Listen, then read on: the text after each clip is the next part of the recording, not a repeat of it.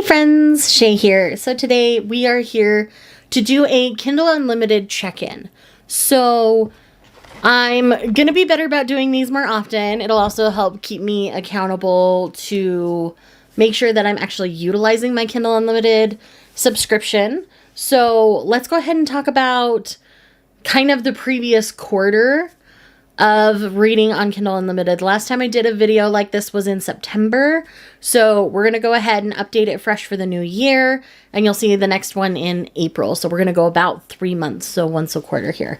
So I read 12 books from Kindle Unlimited and then I DNF'd 2 just because I wasn't feeling them at the time. There wasn't anything necessarily wrong with them. It's just with my stress levels right now, they just weren't quite working for me. So these are ones I will come back to eventually. I just returned them for now. So let's go ahead and dive in here. The first one that I read is Scrooge by Honey Phillips. I enjoyed this one. I didn't realize it was Honey Phillips, so I was almost done with it. So I accidentally already read an author for my authors I want to try in 2024. But I'm still interested in the other series, so I'm not officially counting that I've read Honey Phillips yet. But I really enjoyed that one. It's a great Christmas Carol-inspired story. Had a good time with it. Then, of course, I read Frisky the Snowman. We've talked about Frisky the Snowman in several videos now. I will just link the video where Izzy has our live reactions, and that should tell you enough. The next one I have here is I Married an Incubus. This is the most recent installment in the Prime Mating Agency series. I really enjoyed this read, and you'll hear more about that in, well, I guess this is coming after that. So I talk about it a lot in my best books, like my best reads of 2023 video, which I'll leave linked in the corner for you. The next one I have here is Bound for Their Pleasure. This is by L.V. Lane. I ended up really enjoying this particular installment in this Coveted Prey series. I've kind of been reading some of these later ones. I might go back and slowly start working my way forward, and we'll kind of see how things go from there. I'm really enjoying it so far, though. Last of the Moon Girls. This is by Barbara Davis. You're going to hear about this. I guess the vlog where I would have talked about this is already up, so I will leave that for you to get more details on this particular one. But essentially, this is about a woman whose grandmother passes away. She inherits what's known as Moon Farms. So she comes back to kind of deal with it because she's moved on with her life and ends up getting entrenched in a lot of mysteries within the story and within her past that she's kind of rehashing and reopening, and it's really well done. Again, I'll leave that video for you to get more details. The next one I have here is Stuffed by the Were Turkey. Izzy made me read it. That's all I'll say for that one. I am still scarred. The next one I have here is Hayseed. That's the bonkers one that surprised me in this last quarter. This is a scarecrow romance that actually has a full arc, even though it's like a 50-page romance. Again, very high steam, so if that's not your thing, go ahead and pass on this one. But I had a good time with that one. And then I have Echo of Old Books. I've talked about that in several videos, primarily in the most recent Goodreads video that I did, so I will leave that linked for you. Then I have Claiming Talia by Regine Abel. I really love Regine Abel's work. I need to check and see if there's more books in this series because I'm very interested in continuing. This is a very interesting take on werewolf and vampire lore, so I'm very, very intrigued. Then I have Woven in Gold by, oh my gosh, I just forgot their name. It's a writing duo. It's the Beasts of the Briar series. Izzy and I are reading the 3rd book now. We put a pause on it. We were both kind of overwhelmed. We're going to get back to it here in the next little bit. We might have already finished it by the time you're seeing this video. I'm filming a bit in advance because I'm going to be doing some travel. So, yes, the 3rd installment, Forged by Malice. We're going to talk about that in a minute. I have Melody Unbound. That's another one in the Coveted Prey series that I read this quarter. I also really enjoyed that one. That's the, one where they're technically, her stepbrothers, but not really, so it works. That's all I'll say about that one. And then, of course, we have I Married a Wanjin, which is, again, part of the Prime Mating Agency series. This is a novella featuring a very loved character that Regine decided to give us, and I am grateful for that. Really enjoyed this one. Had a great time. So the 2 that I DNF'd this quarter were His Omega's Keeper by Evangeline Anderson and An Alien for Christmas by Regine Abel. Again, there's nothing wrong with these books. They just weren't working for me at the moment. And I knew it was my mood, nothing to do with the book. So I sent those back.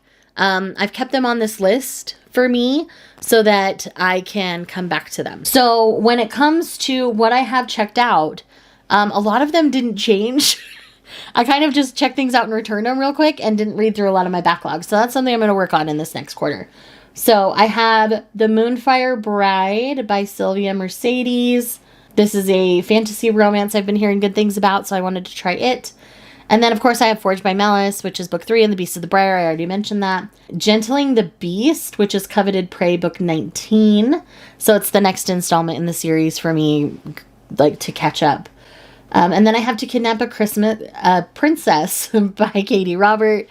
This is from the Dangerous Tides Kickstarter, so I wanted to read that. I'm excited. I'm going to get to meet her soon, so I'm hoping to get it read before then. Then I have The Ladies' Champion, which is Hearts of Black Mirror, book 1. This is a historical romance that I've been interested in. We have a heavier, bulkier hero, so I'm very excited to see how that goes. And then one that Bree from In 11 Words has recommended many times, and I just have not gotten to yet, and that is Ball Peen Hammer by Lauren Rowe. And I know this is one of her favorite books, so I'm going to go ahead and read it. I believe you can read these out of order. Bree, if that's wrong, you have to tell me down below. And then I have Red Dirt Heart by N.R. Walker. This is an author I wanted to try this year, so I'm hoping to get to that in this next quarter.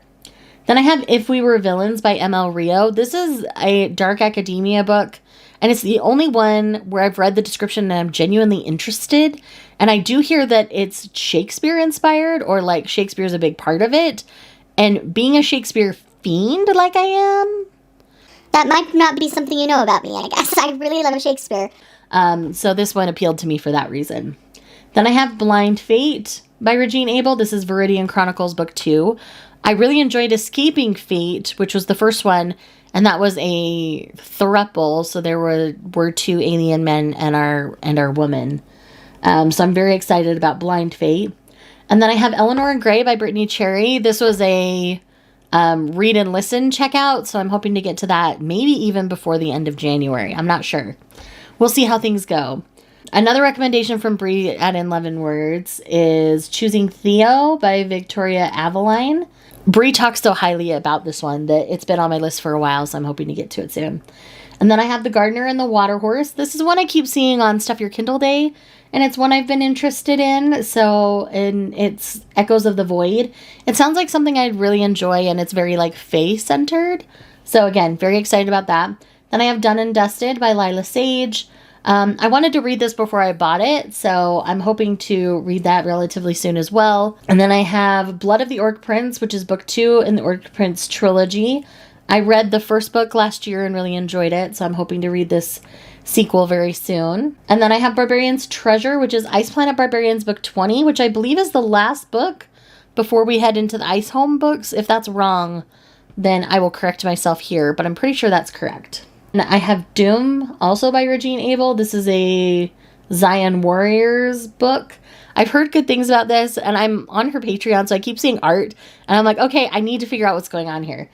And then I do have How to Marry a Marble Marquis still checked out by CM Nascosta. I've only read Morning Glory Milking Farm from them, and I've heard of the books in the Regency monster romances. This one's one of the best, so I'm excited to try this one out. And then I still have Finding Forever by Christina C. Jones checked out.